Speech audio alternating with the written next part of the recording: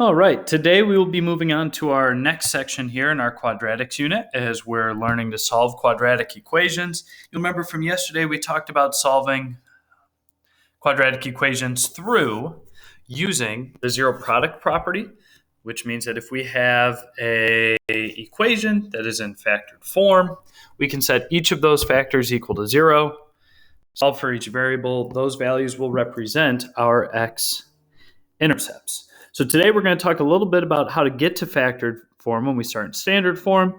And again, we'll be utilizing that zero product property to help us with our solving. So as a warm-up here, we're going to go ahead and match our graphs. You'll see that you're given 4 graphs here. And you are going to match those to each of these quadratic equations here. So the first thing I'm going to do is I'm going to pause the video. I would like you guys to draw a line from the quadratic equation to its matching graph. Please do that now. All right, I have my arrows drawn. We're going to take a moment to talk about our graphs. Switch over my color here. I'm going to go ahead and label the x-intercepts using the zero product property for each equation. So we have this x by itself. We can set that equal to 0 right away. And then we would have x equals positive 9 by adding 9 to both sides.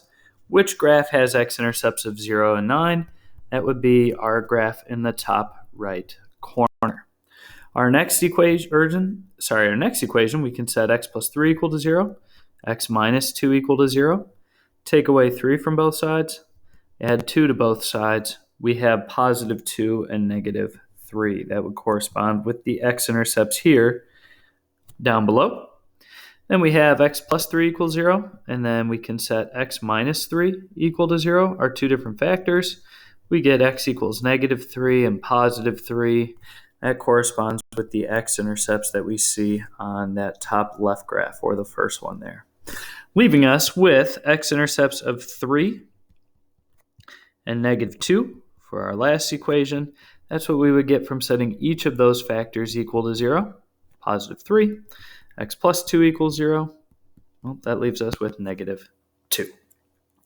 So a refresher from yesterday, each group of parentheses, each quantity that represents a factor, if we set that equal to 0, that allows us to find the values of x that make our equation equal to 0. That corresponds with the values that end up on the x-axis, in other words, known as our x-intercepts.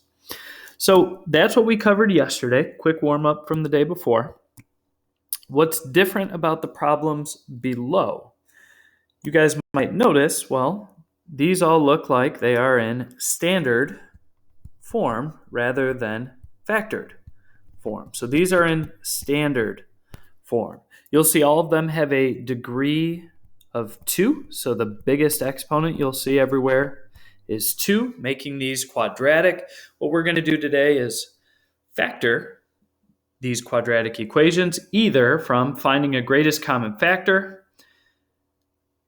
splitting our trinomials into 2 binomials, or utilizing the difference of squares. So we're going to go ahead and factor all of these. Then we will apply the zero product property in order to find the zeros of each equation. So ultimately, we're doing the same thing that we did before.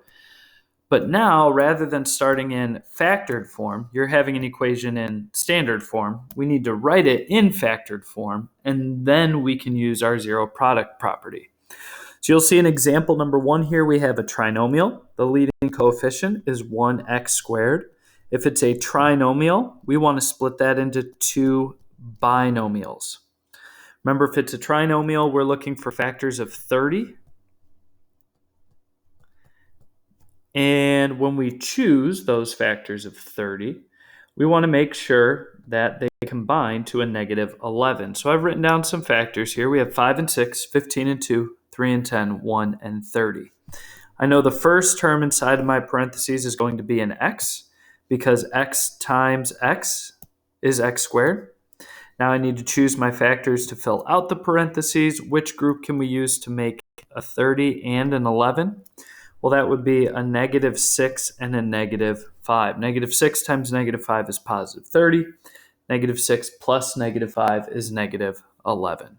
So now I've gone from standard form to factored form. We're going to set each factor equal to 0, and then we're going to solve for x. So I'm going to add 6 here to both sides.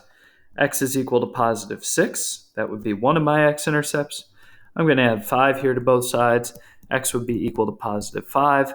That represents my two x-intercepts for that quadratic equation. So with all of these, we'll start with a quadratic in standard form. We'll use a method of factoring, and then we will use the zero product property to find those values of x that make the equation equal to 0. In example number 2, you'll see we have another trinomial, which means we can split it into two binomials.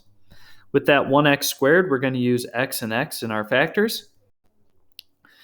We now need to find factors of 18. That would be 18 and 1, 9 and 2, 3 and 6. Now, the grouping of factors that we choose needs to combine to a negative 7. Well, this sign here is negative, so I know one of the numbers has to be positive, one has to be negative. Well, I know I can use a 9 and a 2 to make a negative 7. That would be positive 2 and negative 9. Plus 2 minus 9 is negative 7. Here it is in factored form. Now set each grouping of parentheses or each factor equal to 0. Take away 2 from both sides. X equals negative 2 is one solution.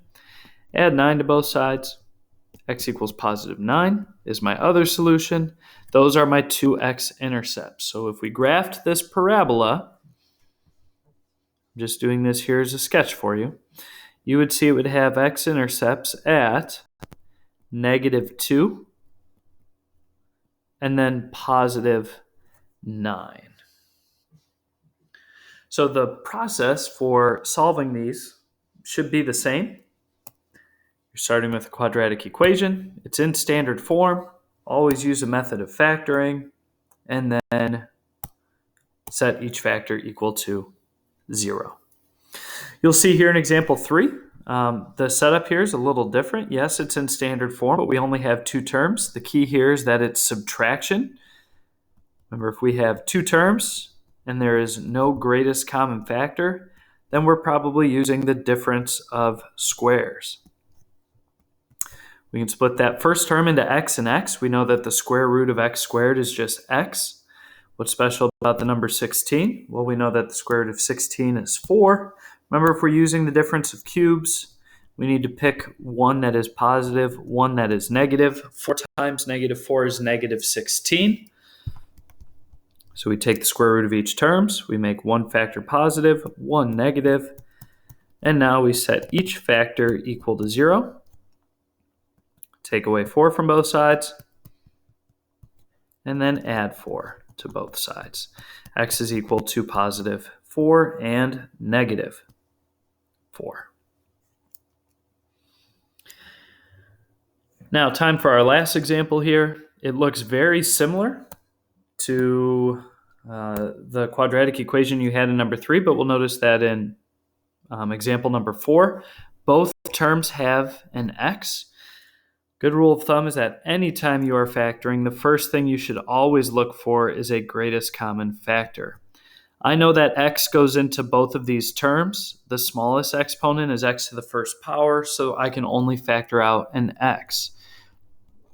When I pull out that greatest common factor of x squared is just going to become x, because now x times x is x squared. Negative 16x.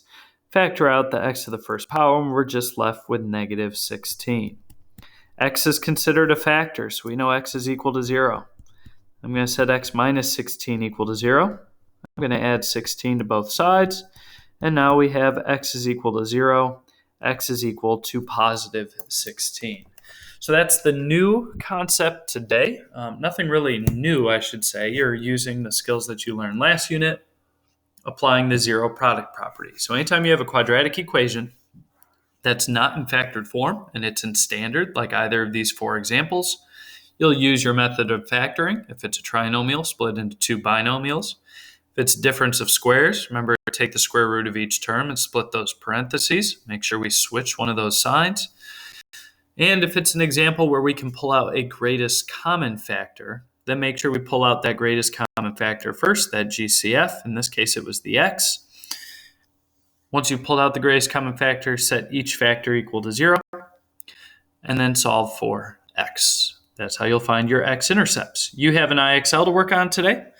Make sure that you find that link in Canvas and go ahead and work to that SMART score of 80. Have a great day.